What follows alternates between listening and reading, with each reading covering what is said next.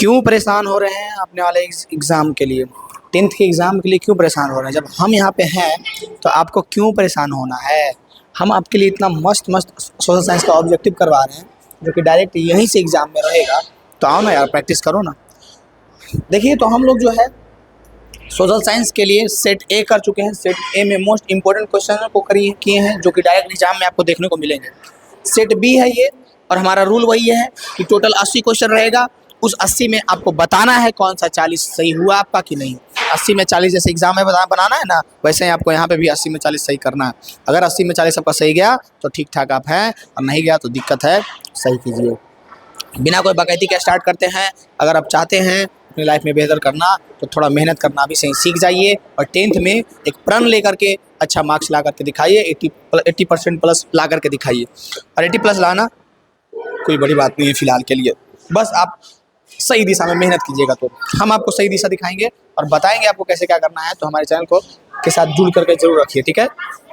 और यहाँ पे हम लोग रूस में जो जार का अर्थ होता है वो क्या होता है? रूस में जार जो बोलता है, जार का अर्थ क्या होता है? हम लोग जार का मतलब क्या बोलते हैं? जार का मतलब हम लोग बोलते हैं क्या हम लोग बोलते हैं मिट्टी का बर्तन। जार यानी कि कुछ जिसमें पानी रखते हैं उसको जार कहते हैं ना। लेकिन क्या ये ऐसा बात है? पीने का बर्तन नहीं, पीने का मिट्टी का बात नहीं। रूस का सामान, रूस का सम्राट। क्या हो जाएगा आंसर? डी हो जाएगा, रूस का सम्राट। पहला का आंसर हो गया डी। बताइए, कोई दिक्कत है? यानी कि यहाँ से आपको याद रखना है, रूस में जार का मतलब होता है रूस का सम्राट। और ये क्वेश्चन बहुत बार पूछा गया है, आगे भी पूछा जाएगा। नेक्स्ट क्वेश्चन देखो, कह रहा है रूस में कृषक दास प्रथा का अंत कब हुआ? 1861, 62, 63, 64। और रूस में कृषक दास प्रथा का अंत कब हुआ? तो रूस में बताओ, 1900 ऑप्शन में नहीं है होगा। 1861, 1862, 1863, 1864 कब हुआ? 1861 में हुआ। कब हुआ? 1861 में हुआ। नेक्स्ट क्वेश्चन देखो, तीसरा नंबर क्वेश्चन, फटाक से देखो और इसका आंसर बताओ कि लाल सेना का गठन किसने किया था? क्रेंसी ने, स्टालिन ने, ट्रॉट्स्की ने, या कार्ल मार्क्स ने? किसने किया था लाल सेना का गठन? कौन किया था? तो ट्रॉट्स्की किया था। कौन किया था लाल सेना का गठन? ट्रॉट्स्की किया था। नेक्स्ट क्वेश्चन देखो, कह रहा है लेनिन की मृत्यु कब हुई? लेनिन की मृत्यु कब हुई? 1921 में, 1922 में, 1923 में, 1924 में? लेनिन की डेथ कब हुआ? लेनिन की मृत्यु कब हुई? चौथा का आंसर, लेनिन की मृत्यु कब हुई? लेनिन की मृत्यु हुई 1924 में। कब हुई? 1924। पांचवा नंबर क्वेश्चन, यूरोपियन समाजवादी कौन था? लुई ब्ला, सेंट साइमन, कार्ल मार्क्स या रॉबर्ट? कौन जो यूरोपियन समाजवादी था? पांचवा का आंसर क्या हो जाएगा? यूरोपियन समाजवादी कौन था? कार्ल मार्क्स था। कौन था यूरोपियन समाजवादी? Karl Marx. बिल्कुल सही। छठा नंबर क्वेश्चन, 7 नवंबर 1917 की बोल्शेविक क्रांति का नेतृत्व किसने किया था? 7 नवंबर 1917 की बोल्शेविक क्रांति का नेतृत्व कौन किया था? स्टालिन किया था, लेनिन किया था, ट्रॉट्स्की किया था, या फिर खुशेश्वर किया था? कौन किया था? कौन किया था? 7 नवंबर 1917 की बोल्शेविक क्रांति का नेतृत्व कौन किया था? लेनिन किया था। नेक्स्ट, चार्टिस्ट आंदोलन कहाँ हुआ था? ब्रिटेन में, फ्रांस में, रूस में कि जर्मनी में? बताइए, चार्टिस्ट आंदोलन कहाँ हुआ था? सातवां का आंसर, चार्टिस्ट आंदोलन कहाँ हुआ था? ब्रिटेन में हुआ था। कहाँ करवाए हैं? 8वां नंबर, कार्ल मार्क्स का जन्म किस वर्ष हुआ है? 1815 में, 1818 में, 1825 में, 1838 में? बताओ, कार्ल मार्क्स का जन्म कब हुआ? इसका आंसर कौन में फेंक के मारो। कार्ल मार्क्स का जन्म कब हुआ था? 1818 में हुआ था कार्ल मार्क्स का जन्म। चेका क्या है? सेना का टुकड़ी है, पादरी वर्ग है, पुलिस दास्ता या श्रमिक वर्ग है? क्या है? पुलिस दास्ता है। चेका क्या है? एक गुप्त पुलिस है, खुफिया पुलिस है चेका। नेक्स्ट क्वेश्चन है कि रंसापुतिन कौन था? समाज सुधारक था, दार्शनिक था, वैज्ञानिक था, भ्रष्ट पादरी था? कौन था? कौन था? वैज्ञानिक था। कौन था? नहीं गधा, भ्रष्ट पादरी था। रंसापुतिन कौन था? 10वां का आंसर क्या हो जाएगा? भ्रष्ट पादरी था, वैज्ञानिक नहीं था। रूस का पहला समाजवादी था लेनिन, टॉल्स्टॉय या फिर प्लेखनोव या फिर स्टालिन? कौन था रूस का पहला समाजवादी? 11 का आंसर, रूस का पहला समाजवादी प्लेखनोव था। 12 नंबर क्वेश्चन बहुत आसान सा 12 नंबर क्वेश्चन है। क्या है 12 नंबर क्वेश्चन? कि रूस में नई आर्थिक नीति की शुरुआत किसने की थी? लेनिन ने, स्टालिन ने, कि केरेंस्की ने, कि ट्रॉट्स्की? लेनिन ने की। कौन किए थे? लेनिन। नेक्स्ट 12 के बाद 13 नंबर क्वेश्चन बहुत आसान सा क्वेश्चन है कि कोल खोज की योजना किसने आरंभ की थी? लेनिन ने, स्टालिन ने, या फिर निकिता खुशेश्वर ने, या फिर लियोनिड ब्रेजनेव ने? किसने कोल खोज की योजना शुरू की थी या आरंभ की थी। 13 का आंसर क्या हो जाएगा, कमेंट में फेंक के मारिए। 13 नंबर का आंसर क्या हो जाएगा, कौन किया था, तो स्टालिन किया था। क्या, स्टालिन। नेक्स्ट क्वेश्चन देखिए, 13 के बाद 14 नंबर क्वेश्चन। फ्रांसीसी समाजवाद के विकास का जन्मदाता कौन थे? फूरियर थे, कार्ल मार्क्स थे, रॉबर्ट ओवेन थे या फिर सेंट साइमन थे? कौन फ्रांसीसी समाजवाद के विकास के जन्मदाता थे? 14 का आंसर किसको कहा जाता है फ्रांसीसी समाजवाद के में, तो ये सेंट साइमन को कहा जाता है। 15 नंबर क्वेश्चन है, उत्तरी एवं दक्षिणी वियतनाम का एकीकरण कब हुआ या फिर वियतनाम का एकीकरण हुआ? 1970 में, 1980 में, 1979 में, 1975 में? उत्तरी और दक्षिणी वियतनाम का एकीकरण या फिर वियतनाम का एकीकरण कब हुआ? 15 का आंसर क्या हो जाएगा, तो 15 का आंसर हो जाएगा 1975 में। 15 के बाद 16 नंबर क्वेश्चन क्या होगा? 16 नंबर क्वेश्चन है, अंकोर वाट के मंदिर का निर्माण किस शासक के द्वारा करवाया गया था? सूर्यवर्मन द्वितीय के द्वारा, नरोत्तम सिन्हानु के द्वारा, कुआंग के द्वारा, कि इनमें से कोई नहीं? अंकोर वाट मंदिर का निर्माण किसके द्वारा करवाया गया था? 16 का आंसर क्या हो जाएगा, सूर्यवर्मन द्वितीय के द्वारा, सूर्यवर्मन द्वितीय के द्वारा। नेक्स्ट, बाओदाई। बाओदाई की सरकार कहाँ थी? बाओदाई की सरकार कहाँ थी? उत्तरी वियतनाम में, दक्षिणी वियतनाम में, कंबोडिया में कि हनोई में? बाओदाई की सरकार कहाँ थी? 17 का आंसर, बाओदाई की सरकार कहाँ था? दक्षिणी वियतनाम में, दक्षिणी वियतनाम में, ठीक है, दक्षिणी वियतनाम में। नेक्स्ट, 18 नंबर क्वेश्चन, भारत में हिंद चीन पहुंचने वाले प्रथम व्यापारी कौन थे? अंग्रेज थे, पुर्तगाली थे, फ्रांसीसी थे कि डच थे? कौन थे? सबसे पहले कौन आया था इंडिया? पुर्तगाली आए थे। पुर्तगाली में कौन था वो जो आया था 1498 में? 1498 में सबसे पहले हिंद चीन पहुंचने वाले कौन थे? वो पुर्तगाली थे, ये तो सही बात है, लेकिन कौन थे? खोज कौन किया भारत का? भारत का खोज कौन किया? उधर से आकर के कौन खोजा है? भुला जाते हैं, वास्को डी गामा। पुर्तगाली थे, सबसे पहले वही ना आए थे, पुर्तगाली थे। कह रहा है अंकोर वाट का मंदिर कहाँ स्थित हुआ? ये क्वेश्चन तो वो कितना दफ़ा पूछा गया, 2022 में, 19 में, 15 में, 12 में, 12 के दोनों में, 11 में। मतलब ये सब क्वेश्चन बहुत हीरा क्वेश्चन है जो डायरेक्ट तुमको एग्जाम में देखने को मिलेगा जब तुम जाएगा एग्जाम में देने के लिए। अंकोर वाट का मंदिर कहाँ है? वियतनाम में, थाईलैंड में, लाओस में कि कंबोडिया में? 19 का आंसर क्या हो जाएगा? कंबोडिया में। कंबोडिया में कहाँ थे? कंबोडिया में। 19 के बाद 20 नंबर क्वेश्चन देखो और बताओ कंबोडिया की राजधानी कहाँ है? कंबोडिया की राजधानी हनोई है, नोमपेन है, बैंकॉक है या ओटावा है? कहाँ है कंबोडिया की राजधानी? तो आपको याद रखना है कंबोडिया की राजधानी नोमपेन है।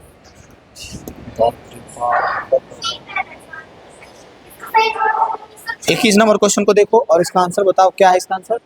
जेनेवा संधि या समझौता कब हुआ? जेनेवा समझौता कब हुआ? 1946 में, 1950 में, 1954 में, 1960 में?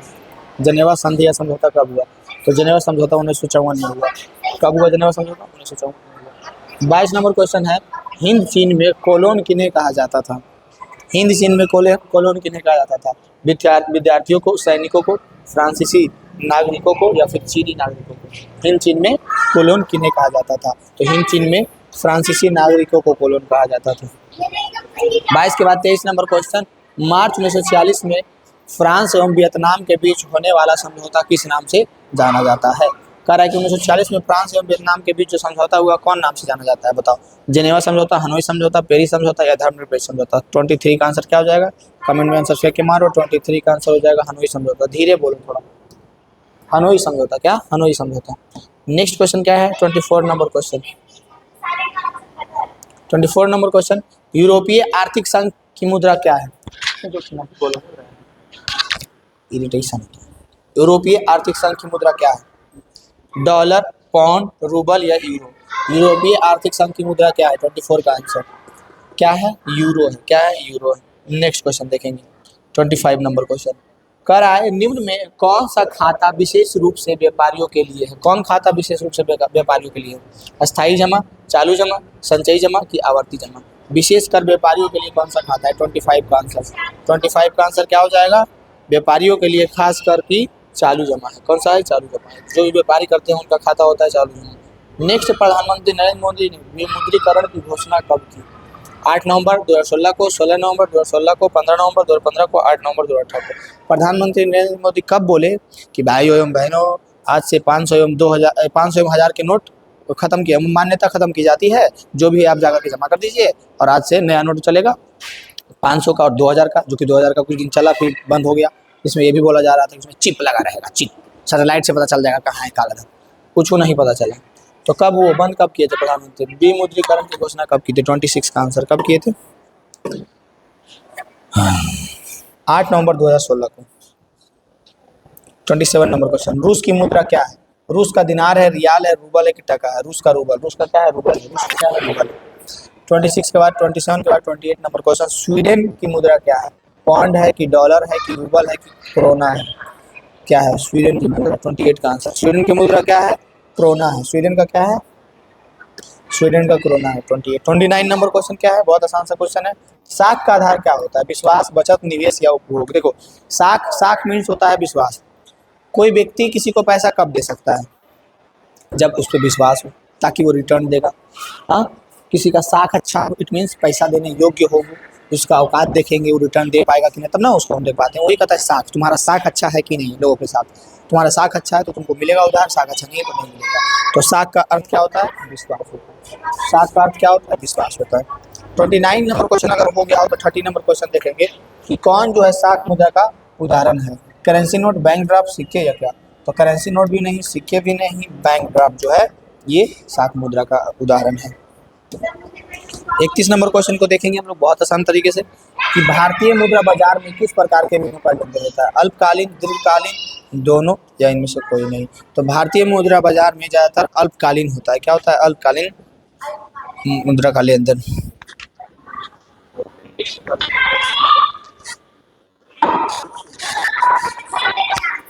मनुष्य के आर्थिक जीवन में सबसे महत्वपूर्ण क्या है? बताओ, अब बताओ तुम आंसर। मनुष्य के आर्थिक जीवन में सबसे महत्वपूर्ण क्या है? तुम्हारे लिए क्या महत्वपूर्ण है? जमीन, मुद्रा, खेतों के कागजात कि मालगुजारी के रसीद? तुम्हारे लिए क्या इंपॉर्टेंट है?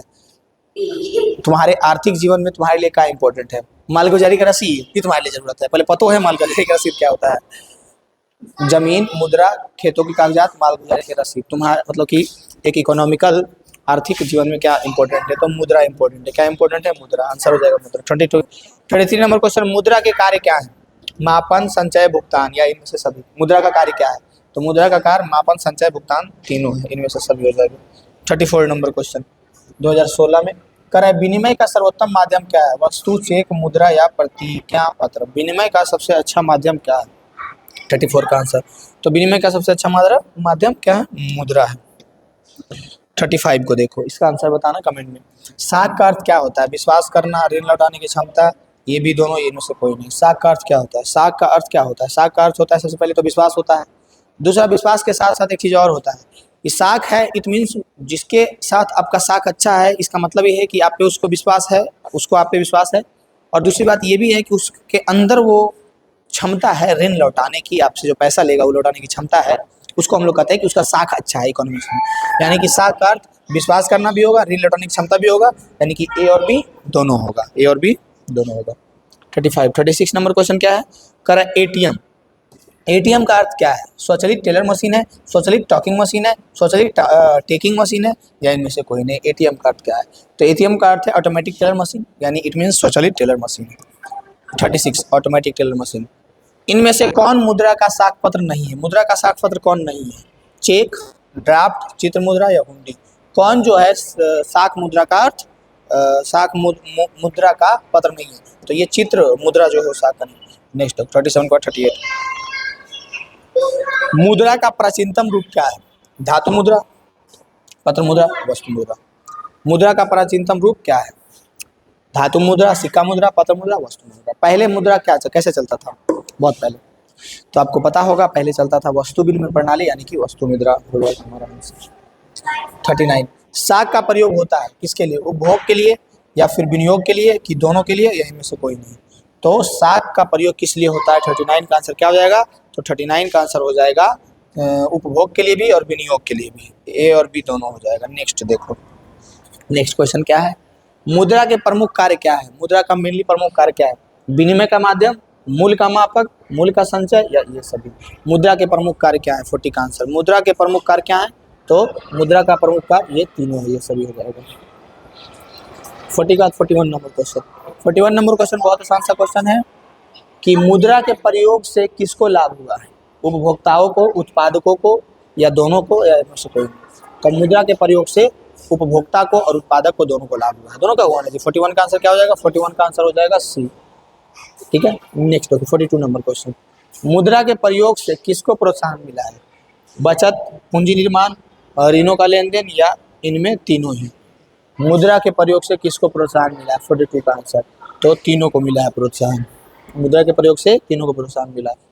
मुद्रा का प्राथमिक कार्य कौन सा है? मुद्रा का प्राथमिक कार्य क्या है? मूल्य का संचय, विलंबित भुगतान का मान, मूल्य का हस्तांतरण या फिर विनिमय का माध्यम। मुद्रा का प्राथमिक कार्य कौन सा है? तो मुद्रा का प्राथमिक कार्य कौन सा है? विनिमय का माध्यम। मूल्य का संचय, विलंबित भुगतान का मान, मूल्य का हस्तांतरण और विनिमय का माध्यम इसका प्राथमिक कार्य है। प्राथमिक कार्य क्या है? तो विनिमय का माध्यम। ठीक है, नेक्स्ट क्वेश्चन देखो 44। पूंजी का निर्माण होता है, कैसे होता है पूंजी का निर्माण? उपभोग के द्वारा, विनियोग के द्वारा, बचत के द्वारा, इनमें से कोई नहीं। विनियोग, बचत। 44 का आंसर क्या हो जाएगा? 44 का आंसर क्या हो जाएगा? तो पूंजी का निर्माण तो बचत के द्वारा ही होगा। ठीक है, इनमें से कोई नहीं ऑप्शन में यहाँ पे होगा। नेक्स्ट है, लिख लेते हैं, ऐसा तुम लोग कंफ्यूज नहीं रहना यहाँ पे। इनमें से कोई नहीं। अब बताओ क्या होगा? उपभोग के द्वारा, विनियोग के द्वारा, बचत के द्वारा। इनमें से सभी रहता तो बचत के द्वारा होगा। नेक्स्ट देखो, राजनीतिक दलों की मान्यता और उसका चिन्ह किसके द्वारा प्रदान किया जाता है? राष्ट्रपति के द्वारा, चुनाव निर्वाचन आयोग के द्वारा, प्रधानमंत्री द्वारा, संसद के द्वारा। ना ही राष्ट्रपति के द्वारा, ना ही प्रधानमंत्री, ना ही संसद के द्वारा, चुनाव निर्वाचन आयोग के द्वारा दिया जाता है सिंबल और मान्यता दोनों, कोई भी राजनीतिक पार्टी को। लोक जनशक्ति पार्टी का चुनाव चिन्ह क्या है? लालटेन है, तीर है, बंगला है कि साइकिल है? लोक जनशक्ति पार्टी का चुनाव चिन्ह क्या है? तो लोक जनशक्ति पार्टी का चुनाव चिन्ह बंगला है। लोक जनशक्ति पार्टी का चुनाव चिन्ह बंगला है। ताड़ी विरोधी आंदोलन किया गया निम्नलिखित में से किस राज्य से शुरू किया गया था? ताड़ी विरोधी आंदोलन कौन राज्य से शुरू किया गया था? बिहार से, उत्तर प्रदेश से, आंध्र प्रदेश से कि तमिलनाडु से? बताओ, ताड़ी विरोधी आंदोलन कहाँ से शुरू किया गया था? तो ताड़ी विरोधी आंदोलन जो है आंध्र प्रदेश से शुरुआत हुआ था। 48 नंबर क्वेश्चन को ध्यान से देखो और इसका आंसर बताओ। नर्मदा घाटी परियोजना किन राज्यों से संबंधित है? तमिलनाडु, केरल, कर्नाटक से, बिहार, उत्तर प्रदेश, मध्य प्रदेश से, गुजरात, महाराष्ट्र, मध्य प्रदेश से, पश्चिम बंगाल, उत्तर प्रदेश, पंजाब से। तो जो नर्मदा घाटी परियोजना है वो किससे है? गुजरात, महाराष्ट्र और मध्य प्रदेश से संबंधित। नेक्स्ट 49 नंबर क्वेश्चन को देखो, बताइए इसका आंसर। निम्नलिखित में कौन भारतीय किसान यूनियन के प्रमुख नेता है? मोरारजी देसाई, जयप्रकाश नारायण, महेंद्र सिंह टिकैत, चौधरी चरण सिंह। कौन जो है भारतीय किसान यूनियन के सबसे प्रमुख नेता है? महेंद्र सिंह टिकैत। कौन है? महेंद्र सिंह टिकैत। 49 के बाद 50। भारतीय राष्ट्रीय कांग्रेस की स्थापना कब हुई? 1732 में, 1885 में, 1890 में, 1994 में, 1945 में। भारतीय राष्ट्रीय कांग्रेस की स्थापना 1885 में हुई, याद रखना है आपको। भारतीय राष्ट्रीय कांग्रेस का ये फेमस क्वेश्चन याद रखना है। भारतीय राष्ट्रीय कांग्रेस की स्थापना कब हुई? 1885 में। भारतीय राष्ट्रीय कांग्रेस की स्थापना कब हुई? 1885 में हुई। नेक्स्ट क्वेश्चन देखेंगे, 1885 में हुआ था। राष्ट्रवादियों और यूके सरकार के बीच कब समझौता हुआ था? 1992 में, 95 में, 98 में, 99 में। राष्ट्रवादियों और यूके सरकार के बीच कब समझौता हुआ था? ये इसमें गड़बड़ है, ये तो 98 या तो 99, दोनों में से एक होगा। बताओ 51 का आंसर क्या हो जाएगा? 51 का आंसर क्या हो जाएगा? तो ये लगभग 1999 में कर सकते हैं, कहीं कहीं 98 भी दिखता है। नेक्स्ट, निम्न में से किस देश में एक दलीय प्रणाली है? भारत, चीन, संयुक्त राज्य अमेरिका, इंग्लैंड। कहाँ जो है एक दलीय प्रणाली है? तो एक दलीय प्रणाली जो है अभी कहाँ है? चीन में है एक दलीय प्रणाली। जो शासन कर रहा है उसका एकदम खानदान करते आ रहा है, चीन एक दलीय प्रणाली है। नेक्स्ट है, चीन में कौन क्षेत्रीय पार्टी है? अच्छा, निम्नलिखित में, चीन में नहीं, चीन बोल रहे थे, चीन आ गया। कह रहा है निम्नलिखित में निम्न में से कौन क्षेत्रीय पार्टी है? राष्ट्रीय जनता दल, बहुजन समाज पार्टी, लोक जनशक्ति पार्टी, भारतीय जनता दल। भारतीय जनता दल। कौन जो है कार्य क्षेत्रीय पार्टी है? 53 का आंसर। कौन क्षेत्रीय पार्टी है? क्षेत्रीय पार्टी हम लोगों का कौन है? राष्ट्रीय जनता दल। ठीक है, 54 नंबर क्वेश्चन देखेंगे। लोक जनशक्ति पार्टी का चुनाव चिन्ह क्या है? लालटेन है, तीर है, बंगला है, साइकिल है? पीछे था ये क्वेश्चन, बंगला है। क्या है? बंगला है। लोक जनशक्ति पार्टी का ये चिन्ह, ये क्वेश्चन हमेशा पूछ जाता है, लोक जनशक्ति पार्टी का बंगला है। ताड़ी विरोधी आंदोलन निम्नलिखित में से कौन राज्य में हुआ था? ये भी पीछे क्वेश्चन था। आंध्र प्रदेश में। कहाँ शुरुआत हुआ ताड़ी विरोधी आंदोलन? आंध्र प्रदेश से। ताड़ी विरोधी आंदोलन कहाँ से शुरुआत हुआ जी? आंध्र प्रदेश से, याद रहेगा। नेक्स्ट क्वेश्चन देखो। नेक्स्ट क्वेश्चन क्या है हमारे पास? 56 नंबर क्वेश्चन। नर्मदा घाटी परियोजना, ये भी पीछे आया था ना क्वेश्चन। कौन कौन राज्यों से संबंधित है? तमिलनाडु, केरल, कर्नाटक से, बिहार, उत्तर प्रदेश, मध्य प्रदेश से, गुजरात, महाराष्ट्र, मध्य प्रदेश से, पश्चिम बंगाल, उत्तर प्रदेश, पंजाब से। गुजरात, महाराष्ट्र, मध्य प्रदेश से संबंधित है। नेक्स्ट क्वेश्चन देखेंगे हम लोग। कह रहा है निम्नलिखित में से कौन भारतीय किसान यूनियन के प्रमुख नेता है? मोरारजी देसाई, जयप्रकाश नारायण, महेंद्र सिंह टिकैत या चौधरी चरण सिंह? कौन था? महेंद्र सिंह टिकैत। भारतीय पार्टी कांग्रेस की स्थापना कब हुई? 1732 में, 1885 में, 1890 में या 1945 में? भारतीय राष्ट्रीय कांग्रेस की स्थापना कब हुई? 58 का आंसर। भारतीय राष्ट्रीय कांग्रेस की स्थापना कब हुई? भारतीय राष्ट्रीय कांग्रेस की स्थापना 1885 में। कब हुई? 1885 में। राष्ट्रवादियों और यूके सरकार के बीच कब समझौता हुआ? 1992 में, 95 में, 98 में, 99 में? राष्ट्रवादियों और यूके सरकार के बीच समझौता कब हुआ? कब हुआ जी? हाँ, ये पीछे था ना। ये 98 भी कहीं कहीं देखने को मिलता है, तो ध्यान रखना 98 या 99। ऐसे ज़्यादातर हमको चांस 99 का लग रहा है। ठीक है। पर भारत के किस राज्य में वन सबसे अधिक विस्तार है? केरल, कर्नाटक, मध्य प्रदेश? कहाँ है? मध्य प्रदेश। मध्य प्रदेश में सबसे अधिक वन का विस्तार 61। इनमें से कौन सा जीव जो केवल भारत में ही पाया जाता है? घड़ियाल, मगरमच्छ, डॉल्फिन, हेल, कछुआ? चलो इसका आंसर बताओ। कौन जीव जो है केवल भारत में ही पाया जाता है? कौन सा? या राइट आंसर डॉल्फिन। क्या हो जाएगा? डॉल्फिन। डॉल्फिन केवल भारत में पाया जाता है। नेक्स्ट क्वेश्चन हमारे पास, सुंदरवन है। सुंदरवन है कहाँ? कर्नाटक में, पश्चिम बंगाल में, केरल में कि महाराष्ट्र में? सुंदरवन कहाँ है? चलो बताओ इसका आंसर। सुंदरवन कहाँ है? कर्नाटक में, पश्चिम बंगाल में, केरल में कि महाराष्ट्र में? 62 का आंसर। कहाँ है सुंदरवन? तो सुंदरवन जो है वो पश्चिम बंगाल में है। पश्चिम बंगाल में। भारत का राष्ट्रीय, ये क्वेश्चन क्यों हम पढ़े तो तुम बताएगा। अगर इस तरह का क्वेश्चन आपसे एग्जाम में नहीं बन पा रहा है तो कहीं ना कहीं आप में फॉल्ट लाई करता है, बहुत बड़ा फॉल्ट। कोई बता देगा इसका आंसर। ठीक है, ध्यान में रखो। मयूर को मोर भी कहा जाता है। मयूर हमारा राष्ट्रीय पक्षी है। नेक्स्ट क्वेश्चन देखो, 64 नंबर। संविधान की धारा 21 किस चीज से संबंधित है? जल संसाधन संरक्षण से, खनिज संपदा संरक्षण से, वन्य जीव और वनस्पतियों के संरक्षण से, या फिर मृदा संरक्षण से? किससे संबंधित है संविधान की धारा 21? 64 का आंसर। तो संविधान की धारा 21 जो है वो संबंधित है वन्य जीव और वनस्पतियों के संरक्षण से। वन्य जीव और वनस्पतियों के संरक्षण से। वन जीव और वनस्पतियों के संरक्षण से संबंधित है धारा 21। ठीक है, याद रखिए। 65, संविधान की धारा 21 संबंध किससे है? वन्य जीव और वनस्पतियों के संरक्षण से। दोनों क्वेश्चन सेम था। 66, वन संरक्षण एवं प्रबंधन की दृष्टि से वनों की वर्गीकृत किया गया है 4 वर्गों में, 3 वर्गों में, 5 वर्गों में? कितना में? 3 वर्गों में किया गया। नेक्स्ट क्वेश्चन देखेंगे। कह रहा है भारत में 2001 में कितने प्रतिशत भौगोलिक क्षेत्र में वन का विस्तार था? 25%, 19.27, 20% या 20.60? भारत में 2001 में कितने प्रतिशत भौगोलिक क्षेत्र में वन का विस्तार था? 67 का आंसर। क्या हो जाएगा? 19.27। नेक्स्ट है, मैग्नीज उत्पादन में अग्रणी राज्य कौन है? ओडिशा, मध्य प्रदेश, महाराष्ट्र, कर्नाटक? कौन जो है मैग्नीज उत्पादन में सबसे आगे वाला राज्य? 68 का आंसर। कौन है? उड़ीसा है। मैग्नीज उत्पादन में उड़ीसा सबसे अग्रणी राज्य है। निम्न में से कौन लौह अयस्क का एक प्रकार है? Lignite, haematite, bituminous? इनमें से सभी? कौन जो है लौह अयस्क का एक प्रकार है? 69 का आंसर। लौह अयस्क का एक प्रकार कौन है? हेमाटाइट। कौन है? हेमाटाइट। भारत का सबसे बड़ा लौह अयस्क उत्पादक राज्य कौन सा है? उड़ीसा है, झारखंड है, कर्नाटक है, गोवा है? कौन जो है भारत का सबसे बड़ा लौह अयस्क? उड़ीसा, वो नहीं, खनिज था वो दूसरा, वो क्वेश्चन नहीं है ये। लौह अयस्क का उत्पादक राज्य सबसे बड़ा कौन है? भारत का सबसे बड़ा लौह अयस्क उत्पादक राज्य कौन है? उड़ीसा, झारखंड, कर्नाटक, गोवा? कौन है? 70 का आंसर। कौन है? कर्नाटक है। नेक्स्ट है 71 नंबर क्वेश्चन। सर्वाधिक बाढ़ प्रभावित देश है कौन है? सबसे अधिक बाढ़ बताओ, चारों देश में से कौन सा देश में सबसे अधिक बाढ़ से प्रभावित देश है? बाढ़ सबसे अधिक कहाँ आता है? ईरान में, बांग्लादेश में, भूटान में या फिर पाकिस्तान में? बताओ कहाँ? 71 का आंसर। क्या हो जाएगा 71 का आंसर? बांग्लादेश। बांग्लादेश में। 72 नंबर क्वेश्चन। बिहार का कौन सा भाग सर्वाधिक सूखा प्रवण है? बिहार में सबसे, देखो बिहार में नॉर्मली याद रखना, एक तरफ पूरा एकदम सुखाड़ सुखाड़, पानी के लिए फसल से मर रहा है आदमी, फसल के लिए मर रहा है आदमी, फसल नहीं हो पा रहा है, पानी के लिए मर रहा है आदमी। लेकिन एक तरफ पानी से मर रहा है, यानी कि दह दह के मर रहा है, लेकिन आदमी मर रहा है। बस बिहार में आदमी कुछ नहीं है, कुछ है ही नहीं बिहार में। तो ये उत्तर और पूरब का कॉम्बिनेशन याद रखना। क्या उत्तर और पूरब का कॉम्बिनेशन है? जब बोले सर्वाधिक सूखा प्रवण, तो सबसे अधिक सूखा किधर है? दक्षिणी बिहार में। और सबसे अधिक बाढ़ किधर आता है? तो उत्तरी बिहार में। याद रहेगा। 72 बिहार का कौन सा भाग सर्वाधिक सूखा है? तो दक्षिण। और सबसे बाढ़ किधर आता है? तो उत्तरी बिहार में। नेक्स्ट 73, बिहार का कौन सा भाग सर्वाधिक सूखा प्रवण है? सूखा प्रवण कौन है जी? दक्षिण। सूखा प्रवण कौन है? सूखा पवन भी करता है। दोनों क्वेश्चन सेम आ गया ना। फिर कह रहा है कि बाढ़ से सबसे अधिक हानि होती है फसलों को, पशुओं को, भवनों को या उनमें से सभी को। बाढ़ से किसको हानि होता है? सभी को होता है, उपरोक्त उपरोक्त सभी को। भवनों को, भवन भवन घर।